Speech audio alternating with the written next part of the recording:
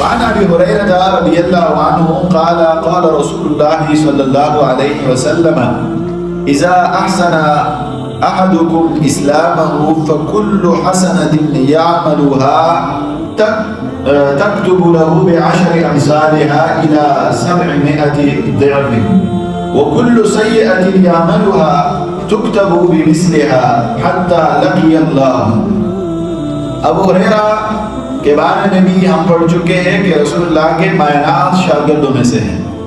بہت کم عرصہ رسول اللہ صلی اللہ علیہ وسلم کے پاس رہے ہیں، لیکن اس کے باوجود سب سے زیادہ احادیث 5344 احادیث جو ہے رسول اللہ صلی اللہ علیہ وسلم سے روایت کر چکے ہیں۔ ابو ہریرہ فرماتے ہیں کہ رسول اللہ صلی اللہ علیہ وسلم نے ارشاد فرمایا اذا احسن احدکم اسلامہ، کہ تم میں سے جو کوئی اپنے اسلام کو اچھا بنائے گا فکل حسنۃ یعملها تکتب له بعشر امثالها، تو اس کے ہر نیکی 10 گنا لکھی جاتی ہے، الی 700 ضعف 700 گنا تک، وکل سیئۃ، اور جو برائی کرتا ہے تکتب بمثلها حتى لقي الله، تو وہ برائی جو ہے اس کی مانند لکھی جاتی ہے یہاں تک کہ وہ اللہ سے ملاقات کرے۔ اس حدیث میں رب کریم کا جو حسن معاملہ ہے انسان کے ساتھ اس کی طرف اشارہ ہے کہ اگر آپ نے اسلام کو قبول کیا تو اسلام کی قبولیت کے بعد اگر آپ ایک نیکی کرتے ہیں تو اس نیکی کو ڈبل کیا جائے گا، اس کا ڈبل ٹربل، اور اس حدیث میں ہے کہ 10 گنا 700 گنا تک، کیونکہ وہ نیکی پر ڈیپینڈ کرتا ہے آپ کو ثواب ملے گا۔ لیکن اگر آپ گناہ کرتے ہیں تو گناہ وہ صرف جو گناہ کیا ہے تو وہی گناہ لکھا جائے گا، اس کا ڈبل ٹربل اور اس طرح 10 گنا اور 100 گنا زیادہ جو ہے وہ نہیں نکلے گا۔ تو اس میں اسی طرف اشارہ ہے، کیونکہ رسول اللہ صلی اللہ علیہ وسلم سے ایک حدیث ہے اور اسی حدیث میں اللہ نے اپنے رحمت کا ذکر کیا ہے کہ ان رحمتی سبقت علی غضبی، اللہ کا رحمت جو ہے اللہ کے غضب کے مقابلے میں وہ بہت زیادہ ہے، وہ بہت رحیم ہے، بہت زیادہ کریم ہے۔ ایک معمولی سی چھوٹی سی عبادت بھی آپ کرتے ہیں، معمولی سا عمل بھی آپ کرتے ہیں تو رب کریم وہ اس کا زیادہ سے زیادہ ثواب آپ کو دیتے ہیں، لیکن جب آپ گناہ کرتے ہیں تو پھر صرف اسی گناہ کا ثواب آپ کو دیا جاتا ہے۔ اور نیت کے بارے میں جو ایک حدیث گزری بھی ہے کہ اگر آپ نیکی کا ارادہ کرتے ہیں، خواہ اس نیکی کو آپ نے کیا بھی نہ ہو، لیکن حسن نیت کی وجہ سے رب کریم آپ کو اس کا ثواب اور اس کا بدلہ جو ہے وہ عطا فرماتا ہے۔ مثلا 5 سال ہی ہے، آپ کے پاس پیسے بھی نہیں ہیں، آپ کے پاس گندم بھی نہیں ہے، آپ کے پاس غلہ نہیں ہے، لیکن آپ ویسے ہی ارادہ کریں کاش میرے پاس اتنے پیسے ہوتے ہیں، صدق کے دل سے آپ کہیں، صرف زبان سے نہیں، یا میرے پاس اتنا غلہ ہوتا اور میں ان فقیروں میں مسکینوں میں یہ آٹا چاول وغیرہ جو ہے یہ تقسیم کرتا۔ یقین کریں آپ نے اگر صدق کے دل سے کہا ہو تو یہ اللہ کے ہاں مقبول ہے، آپ کو اس کا اجر ملے گا۔ لیکن اگر آپ کو برائی کا گناہ کا ارادہ کریں، نیت کریں، تو جب تک آپ نے اس کو عمل نہ کیا ہو تو اس وقت تک آپ کو گناہ اسی برائی کا اسی گناہ کا رب کریم وہ نہیں دیتا ہے اور آپ کے عمل نامے میں فرشتے وہ نہیں لکھتے۔ تو یہ اللہ کا رحم ہے اور یہ صرف اسلام کی برکت ہے۔ اسلام کی برکت کی وجہ سے آپ کو نفسی ارادہ سے نفسی نیت سے ثواب ملتا ہے، لیکن اگر گناہ کا ارتکاب آپ نے نہ کیا ہو تو صرف ارادے اور نیت سے وہ اس کا گناہ جو ہے آپ کے عمل نامے میں نہیں لکھا جاتا ہے۔ وعن ابی امامہ ان رجلا سأل رسول اللہ صلی اللہ علیہ وسلم، ابو امامہ باہلی اس کا ترجمہ بھی ہم تفصیل سے بیان کر چکے ہیں کہ یہ رسول اللہ صلی اللہ علیہ وسلم کے صحابی تھے، 250 حدیث رسول اللہ صلی اللہ علیہ وسلم سے روایت کر چکے ہیں۔ ان میں سے ایک حدیث یہ ہے کہ ان رجلا سأل رسول اللہ صلی اللہ علیہ وسلم، کہ ایک آدمی نے رسول اللہ صلی اللہ علیہ وسلم سے سوال کیا مل ایمان، کہ ایمان کیا چیز ہے؟ قال اذا سرتک حسنتک وساءتک سیئتک فانت مؤمن۔ رسول اللہ صلی اللہ علیہ وسلم نے ایمان کیا ہے؟ تو ایمان کا اثر کہ آپ فیل کریں گے کہ آپ کے اندر ایمان موجود ہے، تو وہ بتا رہا کہ دیکھیں جس وقت تیری نیکی تجھے خوش کرے اور تیری برائی تجھے ناخوش کرے تو مومن ہے۔ یعنی جب آپ نیکی کرتے ہیں، صدقہ دیتے ہیں، نماز پڑھتے ہیں، قرآن کریم کی تلاوت کرتے ہیں، روزہ رکھتے ہیں، جہاد کے لیے اللہ کے راستے میں نکلتے ہیں، حج عمرے کے لیے جاتے ہیں اور آپ کا دل خوش ہے، تو رسول اللہ فرماتے ہیں یہ ایمان کی علامت ہے، آپ کے دل میں ایمان موجود ہے۔ کیونکہ جس شخص کے، جس انسان کے، مرد ہو یا عورت ہو، سینے اور دل میں ایمان موجود نہ ہو تو وہ جب نماز پڑھتا ہے تو بس جلدی میں ہوتا ہے کہ نماز ختم ہو جائے اور میں نکلو یہاں سے، وہ مسجد جو ہے اس کو ایک قید خانے کی طرح لگتا ہے۔ اگر وہ صدقہ دیتا ہے تو اس کے ہاتھ کانپتے ہیں کہ بھائی میرا بینک بیلنس جو ہے وہ کم ہو رہا ہے۔ اگر وہ زکوٰۃ ادا کرتا ہے تو وہ ٹینشن میں ہوتا ہے کہ دو یا نہ دو۔ وہ حج اور عمرے کے لیے جاتا ہے تو وہ اسی کے لیے نہیں جاتے ہیں کہ اللہ مجھ سے راضی ہو، اسی کے لیے کہ میں کاروباری شخصیت ہو، لوگ مجھے حاجی صاحب پکارا کرے اور مجھ پر اعتماد پھر اس کے بعد کریں گے اور آئیں گے مجھ سے جو ہے وہ خریداری کریں گے۔ بہرحال اگر آپ اپنے نیکی سے خوش ہیں، یہ ہم سب کے لیے اپنا احتساب کریں۔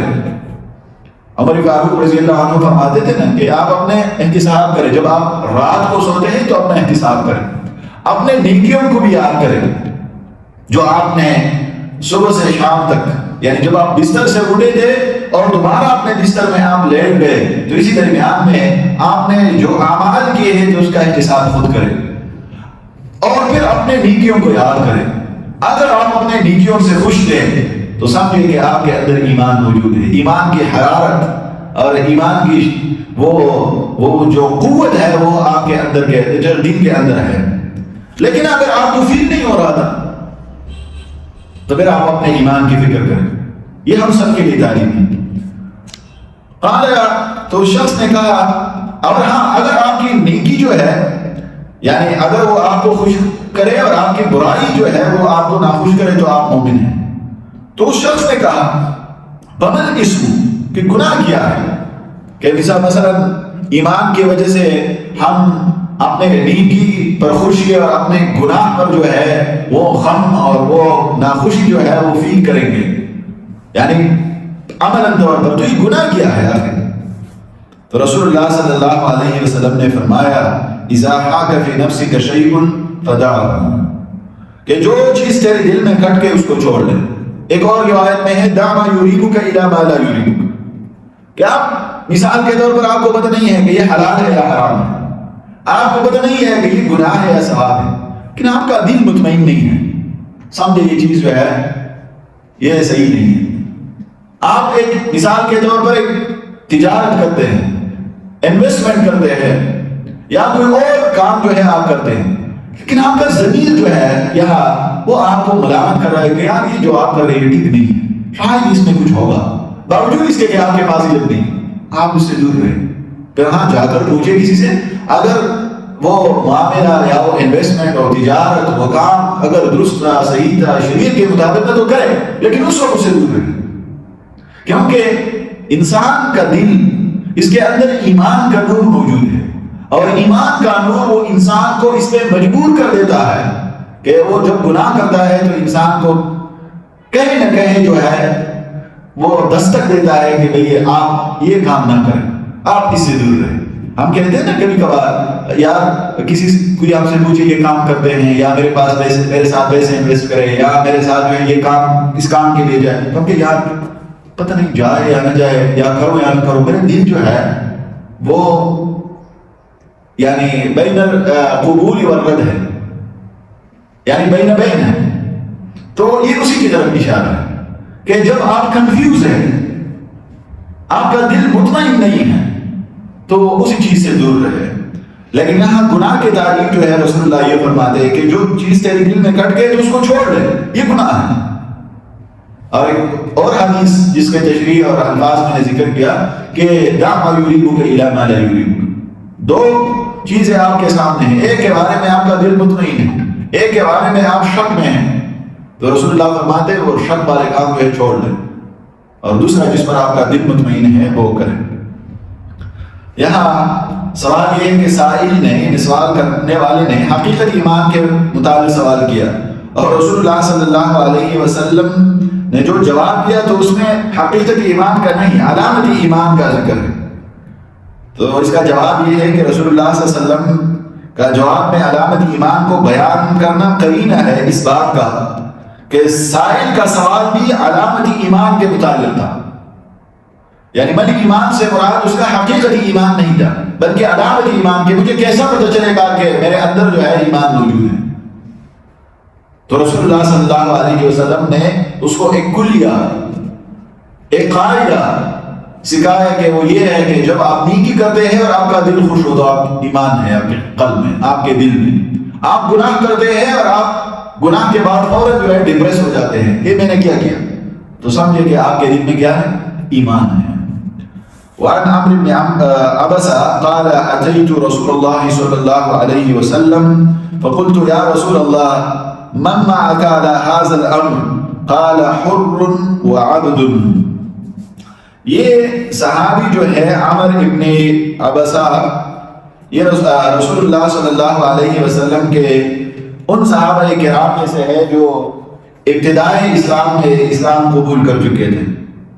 یہ رسول اللہ صلی اللہ علیہ وسلم کے ساتھ ملاقات سے پہلے یہ شرک سے متنفر تھے اور یہ اسی تلاش میں تھے کہ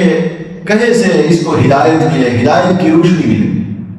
تو کسی نے رسول اللہ صلی اللہ علیہ وسلم کے بارے میں بتایا کہ وہاں ایک شخص ہے اور اس نے رسالت کا دعویٰ کیا ہے اور فرماتے ہیں کہ میں اللہ کا رسول ہوں، تو یہ فوراً مکہ تشریف لے گئے۔ اور یہ جب خیبر سے تشریف لے آئے رسول اللہ صلی اللہ علیہ وسلم کے پاس، تو یہ وہ دور تھا کہ رسول اللہ صلی اللہ علیہ وسلم کے پاس بہت کم لوگ تھے، تو یہ سیدھے رسول اللہ صلی اللہ علیہ وسلم کے پاس چلے گئے۔ رسول اللہ سے پوچھا کہ آپ پر کن کن نے ایمان لایا ہے، اس سے پہلے اور بھی سوالات کیے لیکن پھر لوگوں کے بارے میں پوچھا۔ تو رسول اللہ نے فرمایا کہ ایک آزاد اور ایک غلام نے جو ہے میری دعوت کو قبول کیا ہے۔ ابو بکر صدیق اور بلال رضی اللہ عنہ کی طرف اشارہ تھا۔ تو اس نے کہا کہ مجھے بھی اس میں شمار کر، میں بھی جو ہے ان میں سے ایک ہوں۔ لیکن رسول اللہ صلی اللہ علیہ وسلم نے اس کو اسلام کی دعوت دیا اور یہ اسلام کو انہوں نے قبول کیا، لیکن ان کو بتایا کہ آپ واپس چلے جائیں کیونکہ حالات بہت سخت تھے۔ جو لوگ وہاں مقامی تھے تو وہ مینیج کر سکتے تھے، لیکن باہر سے جو لوگ آتے تھے تو ظاہری باتیں مینیج نہیں کر سکتے تھے اور رسول اللہ سے نہیں مل سکتے تھے، ملتے بھی تھے تو پھر مشکلات زیادہ ہوتے تھے۔ تو رسول اللہ صلی اللہ علیہ وسلم نے ان کو بتایا کہ آپ چلے جائیں، اور جب آپ کو پتہ چلے کہ مثلا ہم غالب ہو گئے ہیں یا آپ کو پتہ چلے کہ اسلام کی دعوت جو ہے وہ پھیل گئی ہے تو پھر آپ تشریف لائیں۔ تو یہ پھر تشریف لائے تھے رسول اللہ صلی اللہ علیہ وسلم کے پاس جب رسول اللہ مدینہ ہجرت کر گئے۔ ہجرت کے بعد میں بھی تشریف لائے تو اس کا بھی ایک الگ داستان ہے کہ کسی نے ایسے یہ بار ہر سال لوگوں سے پوچھتے رہے تھے کہ رسول اللہ کے بارے میں۔ تو پھر مدینہ سے کچھ لوگ آئے تھے کہ انہوں نے ان سے پوچھا کہ اس کا کیا حال ہے، وہ کس حال میں ہے، ان کے اصحاب اور ان کے ساتھی جو ہے ان کی تعداد اور اس کا دین جو ہے وہ لوگوں میں کیسے پھیل رہا ہے۔ تو اس وفد نے کہا، ان لوگوں نے کہا جن کے ساتھ حضرت عمر کی ملاقات ہوئی تھی کہ وہ تو مدینہ ہجرت کر گئے ہیں اور وہاں جوک در جوک لوگ آ رہے ہیں اور اسلام میں داخل ہو رہے ہیں۔ تو پھر یہ وہاں سے سیدھا نکل گئے، رسول اللہ کی بات اس کو یاد تھی، اور جب آئے رسول اللہ سے اپنا انٹروڈکشن کیا تو رسول اللہ نے کہا کہ ہاں میں آپ کو پہچانتا ہوں، مجھے یاد ہے آپ تشریف لائے تھے۔ تو پھر اسی کے بعد یہ نہیں چلے، یہ ادھر رسول اللہ صلی اللہ علیہ وسلم کے پاس گئے۔ خیر فرماتے ہیں کہ یہ وہ اپنے ابتدائی ملاقات کا ذکر کرتے ہیں، جو ابتدائی ملاقات تھی جو رسول اللہ صلی اللہ علیہ وسلم کے ساتھ مکہ میں ہوئی تھی۔ فقلت یا رسول اللہ من معك على هذا الامر، کہ اللہ کے رسول آپ کے ساتھ کون ہے، یعنی یہ اس دین کو کن لوگوں نے قبول کیا ہے۔ قال، تو رسول اللہ صلی اللہ علیہ وسلم نے فرمایا حر و عبد، کہ ایک آزاد اور ایک غلام، یعنی ابو بکر صدیق اور بلال رضی اللہ عنہ۔ قلت، تو میں نے سوال کیا کہ من اسلام، کہ اسلام کی علامت کیا ہے، اور بعض محدثین کہتے ہیں کہ اس نے کہا اسلام کیا ہے۔ تو رسول اللہ صلی اللہ علیہ وسلم نے فرمایا طیب الکلام و اطعام الطعام، کہ اسلام کی علامت یہ ہے کہ پاکیزہ گفتگو کرنا. جب آپ گفتگو کرتے ہیں تو پاکیزہ گفتگو کریں. ایسا نہ ہو کہ آپ کے گفتگو میں بے حیائی ہو، فحش ہو. لوگ بعض ایسے ہوتے ہیں کہ وہ جب بھی گفتگو کرتے ہیں تو خواہ اپنے گفتگو کا وہ ایک حسن سمجھتے ہیں کہ وہ فحش چیزوں کو اس میں شامل کریں.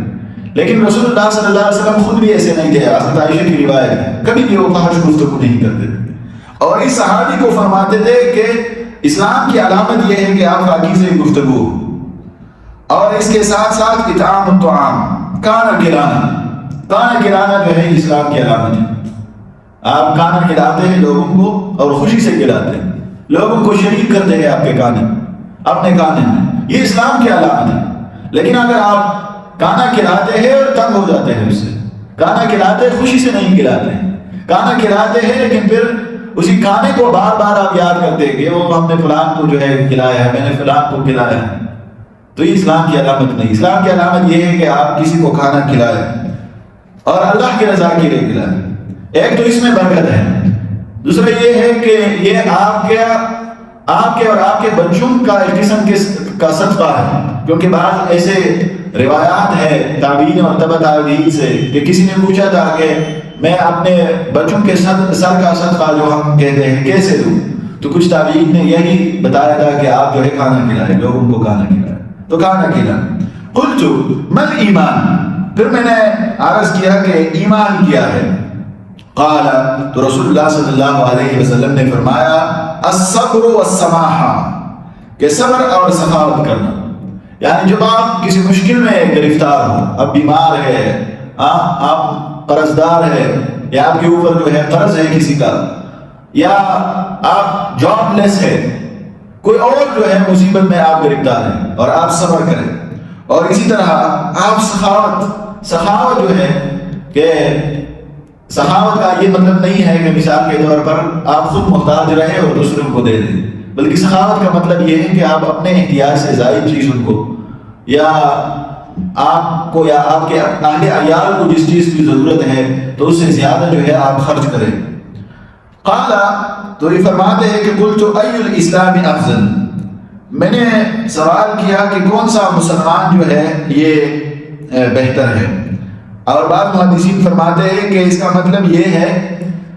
یہ کون سا مسلمان بہتر ہے، یہ ترجمہ اس لیے کرتے ہیں کہ اس کے بعد جو جواب ہے وہ من سلم المسلمون من لسانه ویده، وہاں مسلمان کا ذکر ہے. اور بعض محدثین یہ ذکر کرتے ہیں اور اس کا ترجمہ یوں کرتے ہیں کہ اسلام کے کون سا عمل جو ہے وہ بہتر ہے، افضل ہے. تو رسول اللہ صلی اللہ علیہ وسلم نے فرمایا من سلم المسلمون من لسانه ویده، کہ جس کے زبان اور ہاتھ کے ایذا اور تکلیف سے دوسرے مسلمان محفوظ رہے. یہ بات اس بار بار ہم نے ڈسکس کیا ہے کہ رسول اللہ صلی اللہ علیہ وسلم نے بہترین عمل اس کو قرار دیا ہے، بہترین مسلمان اس شخص کو قرار دیا ہے کہ جس کے ہاتھ کے ضرر سے، جس کے زبان کے ضرر سے دوسرے مسلمان وہ محفوظ رہے. لیکن اس حدیث میں رسول اللہ صلی اللہ علیہ وسلم نے لسان، زبان کو ہاتھ پر مقدم کیا ہے. حالانکہ ہم ظاہری طور پر یہ سمجھتے ہیں کہ ہاتھ سے اگر آپ کسی کو تکلیف دیں تو ہم اس کو بہت بڑا سمجھتے ہیں، لیکن حقیقت یہ ہے کہ ہاتھ سے اگر آپ کسی کو تکلیف دیں تو اس سے زیادہ تکلیف دہ چیز یہ ہے کہ آپ زبان سے کسی کو تکلیف دیں. جراحات السنان لا الدیان ولا یلتام ما جرح اللسان، کہ زبان سے اگر آپ کسی کے دل کو زخمی کریں، کسی کو تکلیف پہنچائے، یقین کریں وہ کبھی بھی وہ نہیں بھول پائے گا. ہاں اگر آپ کسی کو ہاتھ سے زخمی کریں، چاقو سے، تلوار سے، گولی سے، اس کا زخم بڑھ جائے گا. لیکن زبان سے اگر آپ کسی کو زخمی کریں نا تو اس کا زخم کبھی بھی نہیں بڑھے گا. تو رسول اللہ نے یہاں زبان کو مقدم کیا کیونکہ اس کا زخم جو ہے وہ شدید ہے.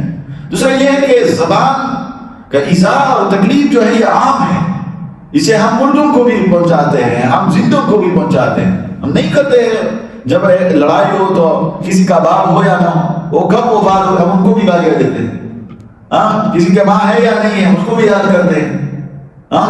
کسی کے بڑے جو ہے وہ قبروں میں ہیں، لیکن ہم لڑائی میں اور غصے میں وہ بھی زیر گفتگو لاتے ہیں.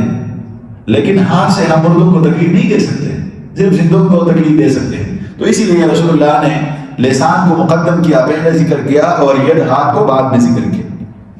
قال قلت، صحابی رسول فرماتے ہیں کہ پھر میں نے عرض کیا کہ ای الایمان افضل، کہ ایمان میں بہتر کیا چیز ہے؟ قال، تو رسول اللہ صلی اللہ علیہ وسلم نے فرمایا خلق حسن، اچھے اخلاق، یہ بہترین چیز ہے۔ رسول اللہ صلی اللہ علیہ وسلم کو اللہ نے فرمایا ہے وَإِنَّكَ لَعَلَىٰ خُلُقٍ عَظِيمٍ، کہ آپ اخلاق کے بہترین اور اعلیٰ درجے پر فائز ہیں۔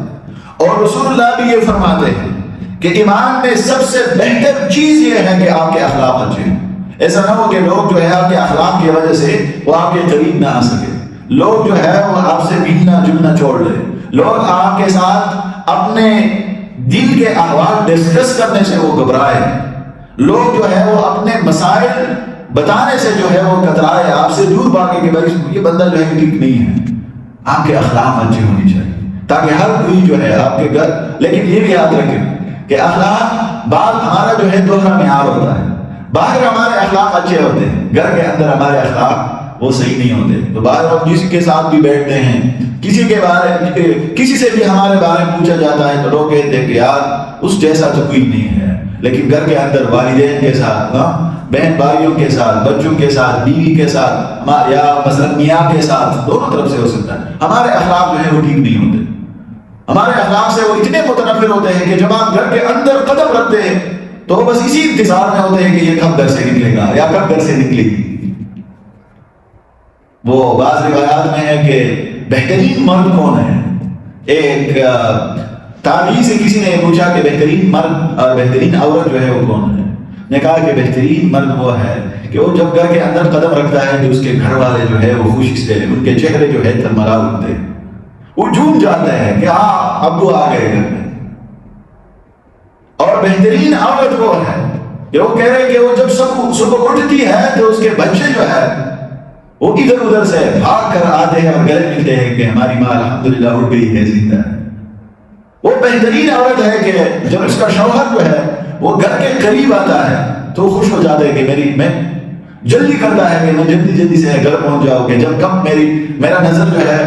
جو ہے میری بیوی پر وہ پڑے گی۔ وہ جب گھر کے اندر قدم رکھتا ہے تو اپنے سارے ٹینشن کو، غم کو اور اپنے تھکاوٹ کو صرف اس کے چہرے کو دیکھنے سے جو ہے وہ بھول جاتے ہیں۔ وہ بہترین عورت ہے۔ تو بہرحال یہ اخلاق کی وجہ سے ممکن ہے۔ خلق حسن، خلق حسن۔ قال قلت ای الصلاۃ افضل، پھر میں نے ایک اور سوال کیا کہ اچھا مجھے یہ بتائے کہ نماز میں کون سی چیز بہتر ہے؟ تو رسول اللہ صلی اللہ علیہ وسلم نے فرمایا طول القنوت، دیر تک کھڑے رہنا۔ ہم بسورہ اخلاص ہر رکعت میں پڑھتے ہیں، وہ بھی 120 140 سپیڈ سے پڑھتے ہیں، لیکن رسول اللہ کیا فرماتے ہیں؟ اگر آپ کو بہترین نماز پڑھنی ہے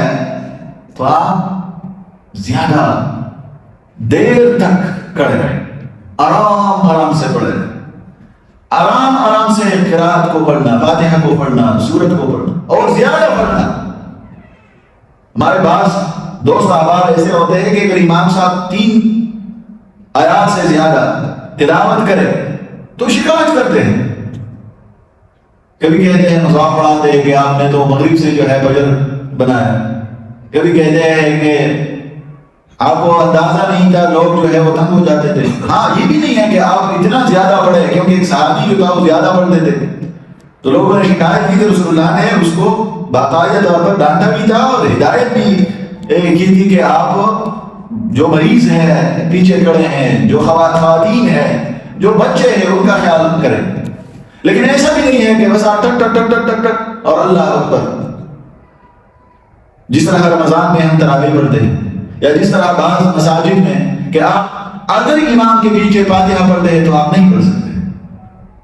آپ ظہر میں، عصر میں اگر امام کے پیچھے فاتحہ پڑھتے ہیں وہ اتنے تیزی سے پڑھتے ہیں آپ نہیں پڑھ سکتے۔ اس طرح رکوع میں بھی یہی حال، سجدے میں بھی جو ہے یہ سچویشن ہے۔ تو بہرحال بہترین نماز یہ ہے کہ آپ زیادہ دیر تک کھڑے رہیں اس میں۔ تو صحابی نے سوال کیا کہ ای الصلاۃ افضل، کون سی چیز جو ہے نماز میں جو ہے وہ بہتر ہے، نماز میں کون سی چیز بہتر ہے؟ تو رسول اللہ نے فرمایا کہ طول القنوت، کہ زیادہ دیر تک کھڑے رہنا۔ قال، میں نے عرض کیا کہ ای الحجرت افضل، کہ ہجرت یہ تو ظاہری بات ہے کہ بہتر ہے اور ثواب ہے، لیکن کون سی ہجرت جو ہے وہ بہتر ہے؟ قال ان تہجر ما کرہ ربک،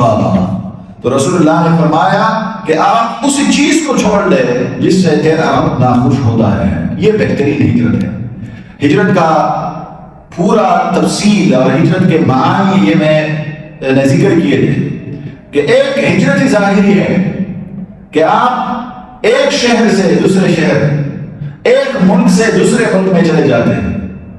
آپ ایک شہر میں، ایک ملک میں اللہ کے دین اور رسول اللہ صلی اللہ علیہ وسلم کی شریعت کے مطابق زندگی نہیں بسر کر سکتے ہیں، دوسرے شہر اور ملک منتقل ہوتے ہیں، یہ ہجرت ہے۔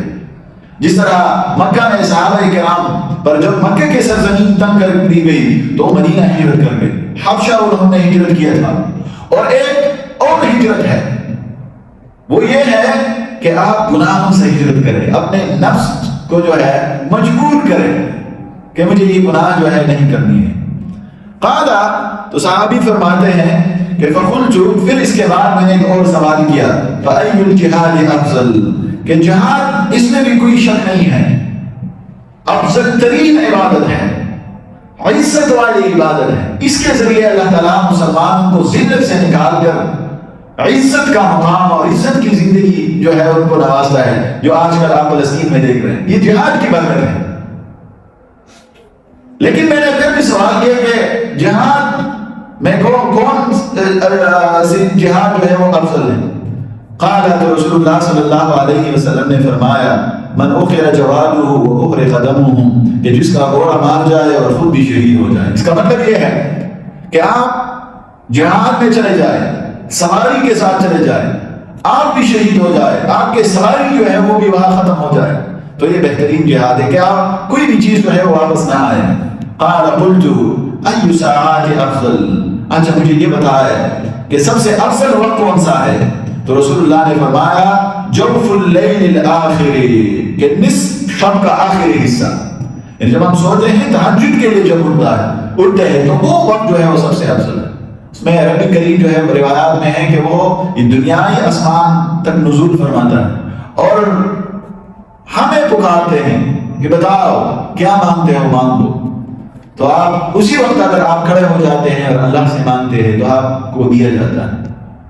تو وہ بہترین وقت ہے۔ ہاں لیکن وہ ایسا نہیں ہے کہ آپ مانتے ہیں اور اسی طرح نہ کرے، دو دوست ہیں جو ایک سو رہا تھا اور ایک جو ہے تہجد کے لیے کھڑا ہوا تھا، تو جب دعا کر رہا تھا تو کہہ رہا تھا کہ اللہ مجھے بخش دے، مجھے یہ دے وہ دے، دیکھو میرا یہ دوست جو ہے سو رہا ہے اور میں اسی پہر اٹھ کے آپ کی عبادت میں مصروف ہوں۔ تو دوست نے فوراً جو ہے کمبل اسے سر جو ہے باہر نکالا اور کہا کہ اللہ کے بندے اگر آپ عبادت کرتے تو پھر مجھے کیا جو ہے نشان ہے اللہ کے نشانے پر لا رہے۔ تو بہرحال آپ اخلاص سے عبادت کریں۔ رواہ